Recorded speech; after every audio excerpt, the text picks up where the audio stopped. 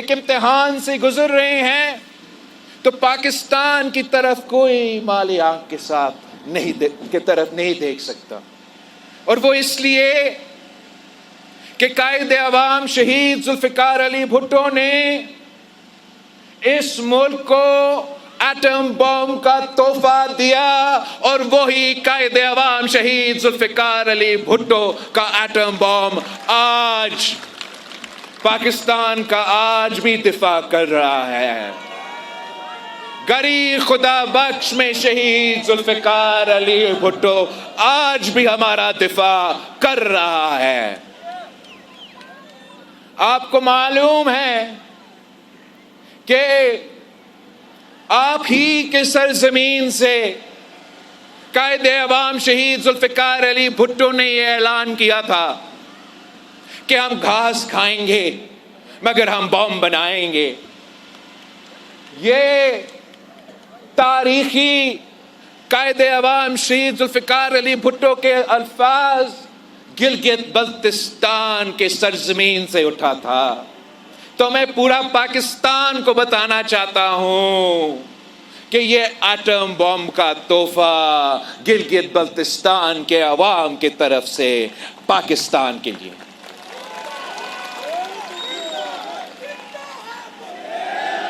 قائد عوام نے atom bomb کا تحفہ دیا تو شہید محترمہ بے نظیر بھٹو نے میسائل ٹیکنالوجی کا تحفہ دیا، اور ایٹم بم اگر میسائل ٹیکنالوجی نہ ہو تو آپ نے اس ایٹم بم کا استعمال کے لیے میسائل ٹیکنالوجی کا ضرورت ہوتا ہے تاکہ آپ اپنا نشانے پہ وہ ایٹم بم پہنچا سکے۔ تو اگر قائد عوام شہید ذوالفقار علی بھٹو نے ایٹم بم کا تحفہ دیا تو شہید محترمہ بے نظیر بھٹو نے میسائل ٹیکنالوجی دلوائی۔ تو قائد عوام شہید ذوالفقار علی بھٹو آج تک اس ملک کا دفاع ایٹم بم کی صورت میں کر رہا ہے، اور دوسری طرف قائد عوام کی بیٹی شہید محترمہ بے نظیر بھٹو آج تک گری خدا بخش سے پاکستان کی دفاع کر رہی ہے ان میسائل ٹیکنالوجی کے ذریعے۔ اس کے بعد جو پاکستان کی قومی سلامتی کے لیے، پاکستان کی خود مختاری کے لیے سب سے بڑا فیصلہ جو لیا گیا، جو سی پیک سے بھی بڑا فیصلہ ہے، جو Iran Pakistan gas pipeline, آپ کو معلوم ہے کس نے Iran Pakistan gas pipeline کا بنیاد رکھا، اور Iran Pakistan gas pipeline سے بھی زیادہ اہمیت رکھتی ہے تو وہ صدر زرداری کا وہ فیصلہ ہے۔ صدر زرداری کو مرد حر کا وہ فیصلہ ہے جب انہوں نے جو پاکستان میں موجود دوسرے ممالک کے بیسز موجود تھے، اور وہ ممالک پاکستان کا سرزمین استعمال کر کے مسلمان ممالک پہ حملہ کرتے تھے، صدر زرداری جب اس ملک کا پہلی دفعہ صدر بنا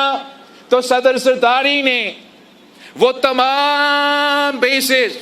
نہ صرف بند کروائے مگر ہمارے مہمانوں کو بڑے عزت کے ساتھ خداحافظ بھی کہہ دیا تھا۔ اور یہ تاریخی فیصلہ کی وجہ سے آج بھی ان حالات میں ابھی تک پاکستان محفوظ ہے۔ ہم دعا گو ہے کہ ہمارا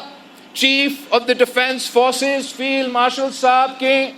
جو امن کے لیے کوششیں ہیں وہ کامیاب ہو۔ اس لیے پیپلز پارٹی ہمیشہ امن پسند جماعت رہی ہے، اور ہم سمجھتے ہیں کہ اس جنگ کا بوجھ، اس جنگ کا جو معاشی بوجھ ہے وہ پاکستان کے عوام کے ساتھ ساتھ پوری دنیا میں معاشی نقصان اٹھایا جا رہا ہے، اور جتنا جلدی یہ جو کوشش ہے یہ کامیاب ہو اتنا ہی جلدی پاکستان کے عوام کو کوئی ریلیف مل سکے۔ میں گلگت بلتستان کے عوام کے سامنے آج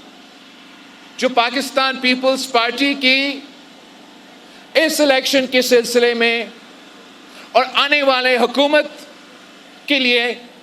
جو ہمارا منصوبہ ہے، جو ہمارا منشور ہے، ان کے بارے میں آپ کو بریف کرنا چاہوں گا۔ پاکستان پیپلز پارٹی 3 اصولوں پہ کام کر رہی۔ ہمارا منشور اس الیکشن کے لیے گلگت بلتستان کے لیے یہ ہے کہ ہم گلگت بلتستان کے عوام کو حق حاکمیت دلانا چاہتے ہیں، اور یہ جو آپ کا حق حاکمیت کا جدوجہد ہے، پاکستان پیپلز پارٹی 3 نسلوں سے یہ جدوجہد لگتی آ رہی ہے۔ اس کا پہلا قدم قائد عوام شہید ذوالفقار علی بھٹو نے FCR کا خاتمہ کے ساتھ کیا تھا، راجشاہی نظام کا خاتمہ کے ساتھ کیا تھا، سبسڈی دلوایا تھا، اور اس جدوجہد کا آغاز ہوا تھا۔ پھر دوسرا مرحلہ شہید محترمہ بینظیر بھٹو کے دور میں، جب شہید محترمہ بینظیر بھٹو نے